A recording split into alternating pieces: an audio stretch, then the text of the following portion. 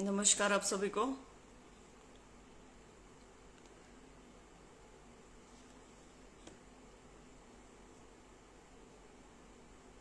मुझे बात करनी है, कुछ बोलना है सीईटी के ऊपर, इसलिए मैं लाइव आई हूँ।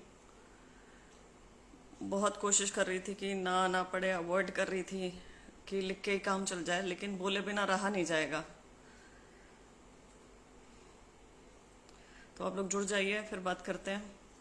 Ravi Sirohi, hello brother. राजेश जांगड़ा, नमस्कार भाई। हवा सिंह चौहान, संदीप जांगड़ा, नमस्कार। योगेश शर्मा, राम राम।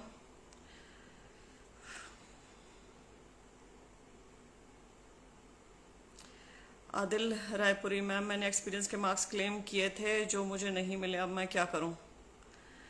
आप अकेले नहीं हैं आदिल, बहुत सारे लोग हैं जिन्होंने ये मार्क्स क्लेम किए थे, बहुत सारे लोग हैं जिन्होंने सोशियो इकोनॉमिक के मार्क्स छोड़े थे। मैम 4 गुना पॉलिसी चेंज कर दी चेयरमैन ने, सुनील सैनी।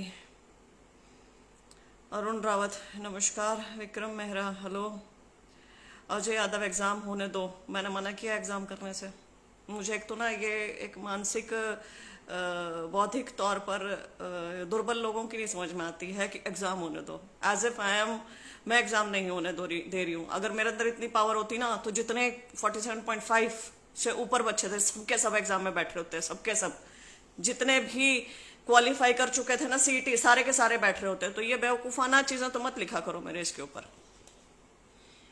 संदीप जांगरा, काश भाई मैं कुछ कर पाती जो आपने लिखा ना, आप ही सहारा हो। मैंने बहुत कोशिश की, सब कुछ की, और अब मैं कह रही हूँ कि मैं इसके ऊपर बोलना नहीं चाह रही थी। 2 दिन से मेरा लो बीपी चल रहा है, घर पे बैठी हूँ मैं और कोई भी काम नहीं कर पा रही हूँ। बस इतने सारे बल्क में मैसेजेस आ रहे हैं बच्चों के, बल्क में इतने कॉल्स आ रहे हैं, सब कुछ आ रहा है। सारा कुछ मुझे पता है, जो कुछ बोल रहे हैं सब कुछ, I know each and everything कि कहाँ कहाँ क्या क्या गलतियाँ हो रही है, कहाँ कहाँ ये कर रहे हैं। अब बोलना ज़रूरी हो गया है, इसलिए बोल रही हूँ। साहिल नरवाल भाई, इस ये बात है जिसी तन लिखी है, बिल्कुल सही। प्रदीप वर्मा, आसिफ मलिक, रोहित शरण। मैम मेरा नाम नहीं आया, मुझसे कम नंबर वालों के भी आए हुए हैं, अब मैं क्या करूं? आपके जैसे बहुत सारे लोग हैं और केस भी फाइल होने जा रहा है इन सब चीज़ों को लेके। सबसे पहले तो ना मैं सीधी अपने दिल की बात आप सबको बोलती हूँ। हम कहते हैं लोकतंत्र है ये, डेमोक्रेसी है ये। आपको लगता है ये लोकतंत्र है? लोकतंत्र क्या होता है? जहां लोगों का राज हो। लोकतंत्र, democracy is of the people, by the people, for the people. Democracy of the people बना दिया हमने, बाय द पीपल बना के भेज दिया हमने विधानसभा में। फॉर द पीपल भूल गए हैं लोग, क्वेश्चन मार्क।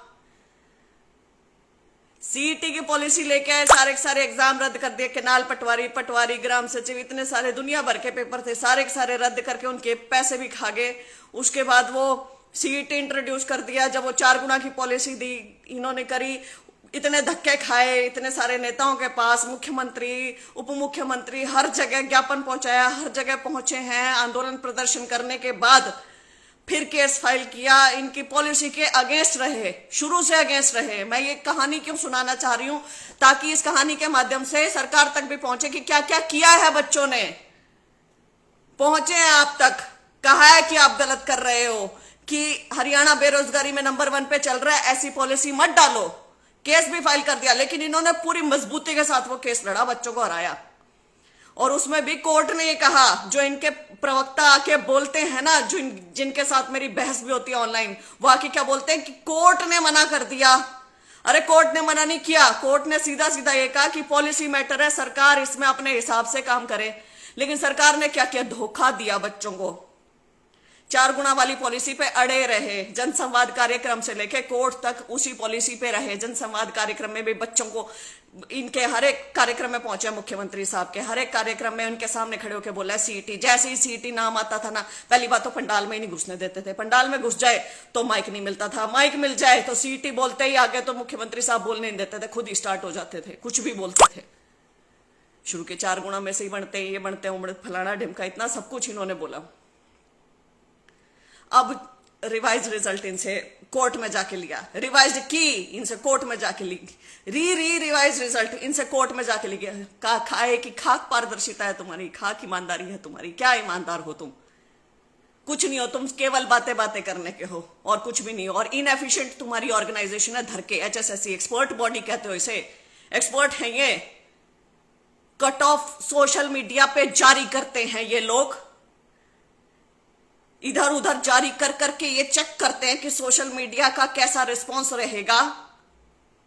कट ऑफ जारी करके देखते हैं सोशल मीडिया पे। कैन यू बिलीव, ये एक्सपर्ट बॉडी है, ये एक्सपर्ट बैठे हुए हैं सोशल मीडिया पे, फिर ये रिस्पॉन्स देखते हैं, फिर अगले दिन ऑफिशियल कट ऑफ जारी करते हैं जिसमें 3-3, 4-4 नंबर मैजिकली घट जाते हैं। कैसे घट जाते हैं भाई, ये बोलना बेहद जरूरी है। बोलूंगी BCB की 68 थी से 65 हो गए और EWS के 69 से 65 हो गए, 69 से 65 हो गए 56 ग्रुप में। BCA के 68 से 67 हो गए, BCB के 70 से 67 हो गए, EWS के 68 से 67, 68 से 67 हो गए 57 ग्रुप में। कैसे हो गए? पहले दिन ऐसे कैसे करा था रिलीज? सोशल मीडिया पे कैसे कर सकते हो? इतनी ऑथेंटिक इन्फॉर्मेशन, इतनी सीक्रेटिव, इतनी कॉन्फिडेंशियल इन्फॉर्मेशन कैसे रिलीज हो सकती है? क्यों नहीं एक्शन होता तुम्हारी एक्सपर्ट बॉडी के ऊपर? क्यों नहीं होना चाहिए? फिर ऐसे महानुभाव है, कट ऑफ का मतलब ही नहीं पता इन्हें। कट ऑफ का मतलब क्या होता है मैं जानती हूं, इसे बहुत सारे लोग सुन रहे होंगे और कमीशन वाले भी सुन रहे होंगे, तो आपको इस जानकारी की बेहद जरूरत है, सख्त जरूरत। की कट ऑफ का मतलब होता है कि ये लास्ट नंबर है, इससे नीचे वाले अंकों के अभ्यर्थी सिलेक्ट नहीं हुए हैं।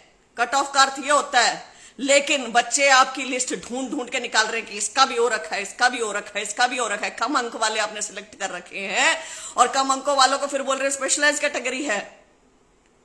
तो जो कट ऑफ निकाल लिया है 56 की, उसमें स्पेशलाइज कैटेगरी के भी तो 65 ही होंगे, क्योंकि 65 निकाल रखी है कट ऑफ। यदि स्पेशलाइज कैटेगरी है तो स्पेशलाइज कैटेगरी के अलग क्यों नहीं निकाली है कट ऑफ? निकालनी चाहिए ना, लेकिन नहीं। एक है स्पेशलाइज कैटेगरी नंबर 318, सहायक उच्चतर शिक्षा विभाग, 5 साल क्लर्क पोस्ट का अनुभव चाहिए उसके अंदर। कितने बच्चे हैं 65 अंक जो लिए बैठे हैं, इनके कैसे 65 ही अंक की कट ऑफ दे रखी है आपने? स्पेशलाइज के अलग क्यों नहीं दी? फिर कट ऑफ का मतलब नहीं पता क्या? अब पता चल गया, अभी निकाल दो कम से कम। 3,59,000 अभ्यर्थी, CET क्वालिफाइड अभ्यर्थी, 31,000 एक पेपर में बैठ रहे हैं, 29,000 दूसरे में, लगभग 30,000 हम मान के चले। इतनी तो बौद्धिक क्षमता होनी चाहिए आपके अंदर कि जिसने ग्रेजुएशन बेस्ड जो पेपर देगा वो ऑटोमेटिकली 12th बेस्ड दे रहा है। मतलब सेम के सेम बच्चे 12th बेस्ड में रिपीट हो रहे हैं। 95% बच्चे रिपीट हो रहे हैं टोटली उठा के यदि देखें तो। मतलब 3,29,000 अभ्यर्थी साफ, CET क्वालिफाइड अभ्यर्थी बिल्कुल साफ, 4 साल से जो तैयारी कर रहे हैं, 4 साल से जो एग्जामिनेशंस की बाट देख रहे हैं, जो ओवर एज हो रहे हैं, सारी चीजें सब खत्म, एक बार में खत्म। 56-57 का एग्जाम, क्यों 56-57 में सबसे ज्यादा अभ्यर्थी आएंगे ना, उनका सबसे पहले एग्जाम करवा दो, क्योंकि CET क्वालिफाई की बाहर मांग बढ़ती जा रही है, बाहर आंदोलन प्रदर्शन हो रहे हैं। अरे विपक्ष भी उतर के आ गया, बड़ी बड़ी रैलियां कर रहा है इस मुद्दे के ऊपर। इसी मुद्दे को सबसे पहले खत्म करो। ट्विटर पे कैंपेन चला रहे हैं, CET क्वालिफाई नहीं तो वोट नहीं, तो इन्हीं को सबसे पहले खत्म करते हैं ना, इन्हीं का ये फटाफट पेपर करवाते हैं, क्योंकि आप थोपराज है। आप you are pushing everything down candidates throats, you are not listening to them. Policy बनाते हैं तो इंक्लूसिव डिसीजन मेकिंग होनी चाहिए ना। जिसके लिए पॉलिसी बना रहे हैं उसे बुला के, उसे बैठा के पूछा था क्या? युवाओं से पूछा था क्या कि क्या ये सही है? किसानों के लिए पॉलिसी बनाई तो किसानों से नहीं पूछा, युवाओं के लिए बनाने चल रहे हैं तो युवाओं से नहीं पूछा, जवानों के लिए जब बना रहे थे अग्निवीर तो उनसे नहीं पूछा। कैसी सरकार हो आप? खक सरकार हो आप। लोकतंत्र की बात करते हो, थोपते हो हर एक चीज। डिक्टेटरशिप चला रखी है यहाँ पे टोटली डिक्टेटरशिप है ये। कुछ नहीं सुनना है बच्चों का, बच्चे रो रहे हैं। इतने मैसेजेस आ रहे हैं मेरे पास दिन में, मतलब मैं सीरियसली मैं इतनी दुखी हूं उन सबको पढ़ पढ़ के, मरने का जी कर रहा है। दीदी पेरेंट्स को कैसे बताएं दीदी कि कट ऑफ में ही नहीं आए हैं? दीदी 0.25 से रह रहा हूं, दीदी 0.50 से रह रहा हूं, दीदी 1 नंबर से रह रहा हूं। क्या जवाब दूं मैं इन बच्चों को? मरने का दिल कर रहा तो क्या कहूं? आई एम श्योर मुख्यमंत्री साहब आपको भी ये सब लिख रहे होंगे आप हरियाणा के ही मुख्यमंत्री हैं ना, ये हरियाणा के ही बच्चे हैं क्योंकि जो आपके आगे रो रहे हैं आके। पीएमटी का शेड्यूल जारी करते हैं महानुभाव, बिना पीएमटी का वो जो इन्होंने कट ऑफ और वो लिस्ट जारी करी थी उसे रिवाइज किए बिना पीएमटी का शेड्यूल जारी कर दिया, और उस लिस्ट में कम अंकों वाले भी सिलेक्ट हो रखे हैं कट ऑफ से। 2 से 20 अगस्त तक ये पीएमटी कराएंगे, लेकिन 5 से 6 अगस्त को ये रिटर्न एग्जामिनेशन भी ले लेंगे। पीएमटी या तो आगे लो या पीछे लो, ये क्या हरकतें हैं? बीच में पीएमटी ले रहे हो, बीच में रिटर्न एग्जामिनेशन चल रहा है। पीएमटी 7 गुना का ले रहे हो, रिटर्न एग्जामिनेशन 4 गुना का ले रहे हो। रिटर्न एग्जामिनेशन भी समझ में नहीं आ रहा है कि जनरल कैटेगरी में कितने गुना लिए हैं, एससी में कितने लिए हैं, बीसीए में कितने लिए हैं, बीसीबी में कितने लिए हैं, ईडब्ल्यूएस में कितने लिए हैं। बताओ, पारदर्शी हो ना। बोर्ड लगा रखा है कमीशन के बाहर, पारदर्शिता, ईमानदारी, निष्पक्षता। प्रूव करो, क्यों हर एक चीज के लिए कोर्ट जाना पड़ता है?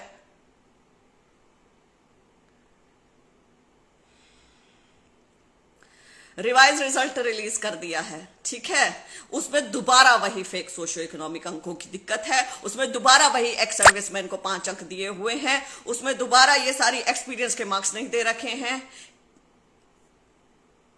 क्या करें आपका? कहां जाए युवा? क्या कर रहे हो? एक्सपर्ट बॉडी हो, एक्सपर्ट बॉडी, कम से कम नाम की ही इज्जत रख लो।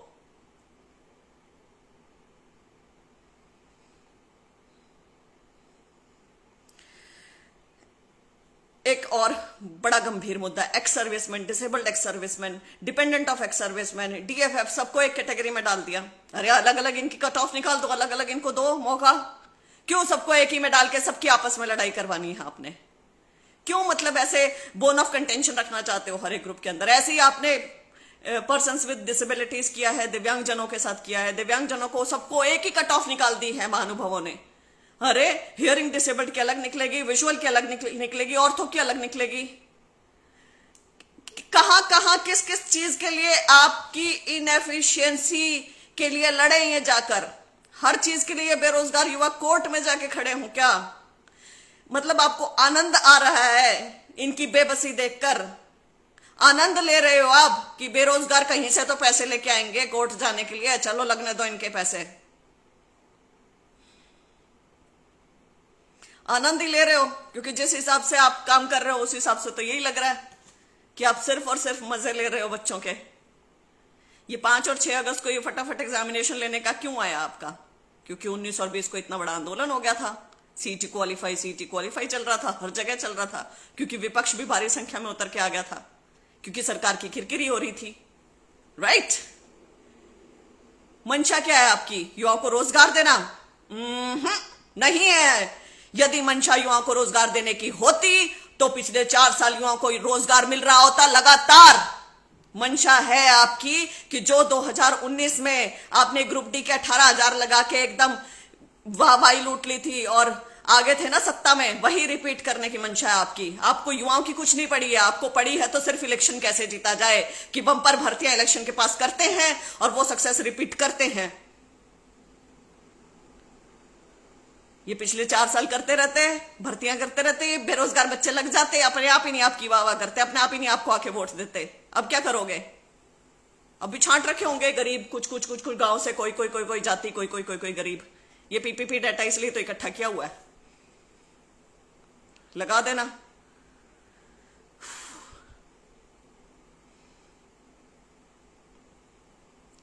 बहुत गलत कर रहे हो युवाओं के साथ, सीरियसली बहुत ज्यादा गलत हो रहा है। सीरियसली आप ये क्यों नहीं रियलाइज कर रहे हो कि आप बहुत ज्यादा गलत कर रहे हो युवाओं के साथ? कि 3 लाख, लगभग 3,25,000 से लेकर 30,000 अभ्यर्थी बाहर हो रहे हैं पेपर देने, पेपर नहीं दे पा रहे, अगला बैठ ही नहीं पा रहे हैं टेस्ट में। कि आपने उनका सपना तोड़ दिया है, उनका करियर, उनका सब कुछ, उनका सारा कुछ छीन लिया है एक झटके में। कि हमारी जो शिक्षा प्रणाली है वो बच्चों को सरकारी नौकरी के लिए ही तैयार करती है। आपको सोचना पड़ेगा, देखना पड़ेगा प्लीज।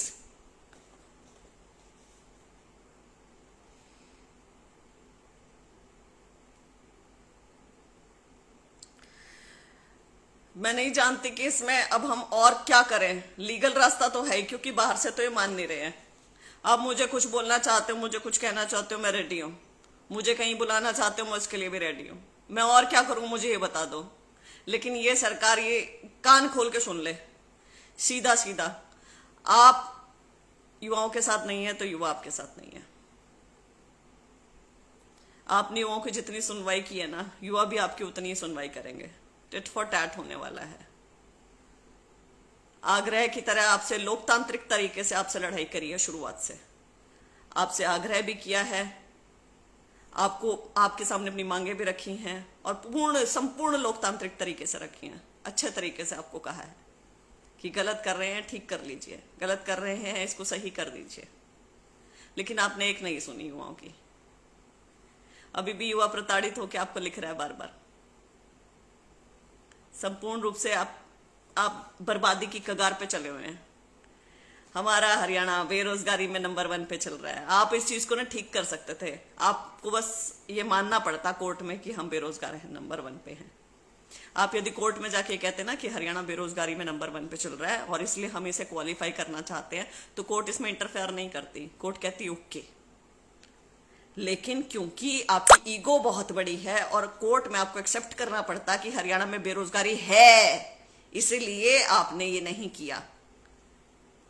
ये 4 गुना से 10 गुना भी हो सकता था, 12 गुना भी हो सकता था, 15 गुना भी हो सकता था और क्वालिफाई भी हो सकता था, सब कुछ हो सकता था, लेकिन नहीं किया आपने।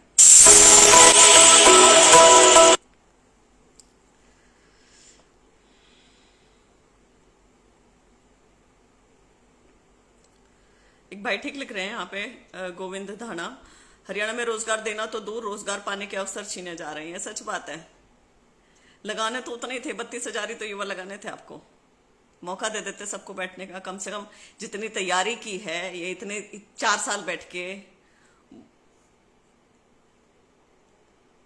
वर्थ तो होती। इतनी तैयारी करवाने के बाद एकदम से मौका छीन लिया कि तुम्हें नहीं मिलेगा 4 गुना, और 4 गुना में भी सारे ओवरलैपिंग कैंडिडेट्स, ओवरलैपिंग सब कुछ, जो वहां पेपर दे रहे हैं वही वहां पेपर दे रहे हैं। मतलब आपके अंदर इतनी बुद्धि नहीं है, आपको समझ नहीं आ रहा है कि आप क्या कर रहे हो, कितना गलत कर रहे हो बच्चों के साथ। इतने निर्दयी हो आप कि आप बिल्कुल इस चीज को एक्नॉलेज ही नहीं कर पा रहे हो, देख नहीं पा रहे हो कि ये आपका फेलियर है। ये लेट मी टेल यू, आपका कमीशन फेल्ड है, इनएफिशिएंट है। सोशल मीडिया पे अपने ये इंपॉर्टेंट डॉक्यूमेंट्स ये वायरल करते हैं, ऑफिशियल डॉक्यूमेंट्स ये वायरल करते हैं। सॉफ्टवेयर इनका रद्दी है, 3rd क्लास सॉफ्टवेयर है इनका। एक्स सर्विसमैन की कैटेगरी में 5 अंक ले रहा है, उधर जॉब है फिर भी कैटेगरी से 5 अंक उठा रहा है। 4 साल से सीईटी करवाए जा रहे हो, एक सीईटी पूरा नहीं हुआ, 1 साल में 2 सीईटी करवाने की बात कर रहे थे। आप टोटली फेल्ड हैं इस चीज में, लेट मी टेल यू। और एक ही तरीका है न्याय करने का, वो है सीईटी यदि क्वालिफाई हो जाए तो। यदि आपके अंदर अभी भी थोड़ी सी भी है सरकार वाली, थोड़ी सी भी है कि यदि आप लोकतंत्र में बिलीव करते हैं, तो मैं उम्मीद करती हूं कि आप सीईटी क्वालिफाई करेंगे। लेकिन सरकार ये भी ध्यान से सुन ले, यदि आप सीईटी क्वालिफाई नहीं करते हो तो हम आपको वोट नहीं करेंगे। सीधा सीधा मैसेज है आपको, #सीईटी क्वालिफाई नहीं तो वोट नहीं।